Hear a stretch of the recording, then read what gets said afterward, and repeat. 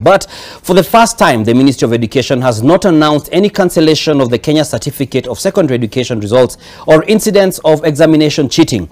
Education CS Ezekiel Machogu says the ministry had put in place a new exam administration system that managed to seal all the loopholes for examination malpractice.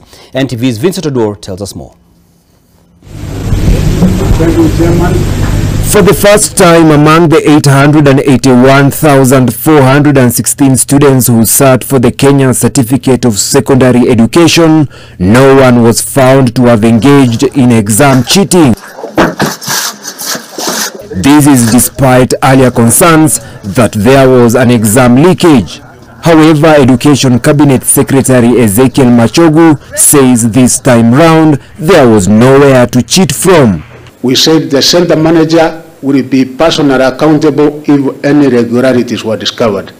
And then we also designed a form for the security personnel to be able to sign confirming that all went well, or in case of anything that never went on well, during that particular day, they were to indicate that probably there was something that never went well, including the supervisors and invigilators.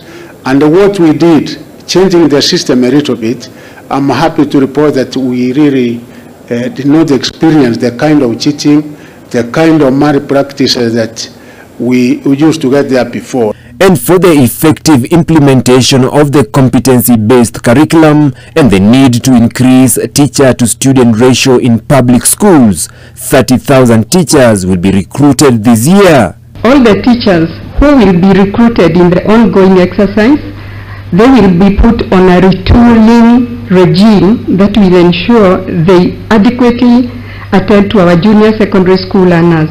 Already, we have trained 2,376 master trainers ahead of the retooling exercise.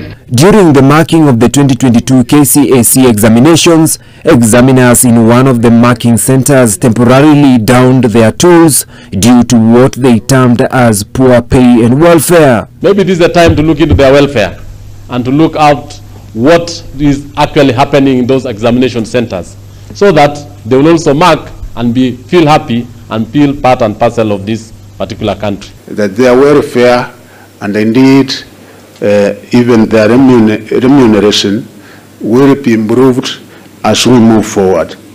59% of students who sat for the national examination got a D+ and below. These students have now found themselves out of the direct qualification grades to institutions of higher learning in the country. But the Ministry of Education maintains they have a way to sort them out. All the candidates who sat the KCSE examination in 2022 have already avenues to progress to other levels of education as we seek to leave no runner behind in career development.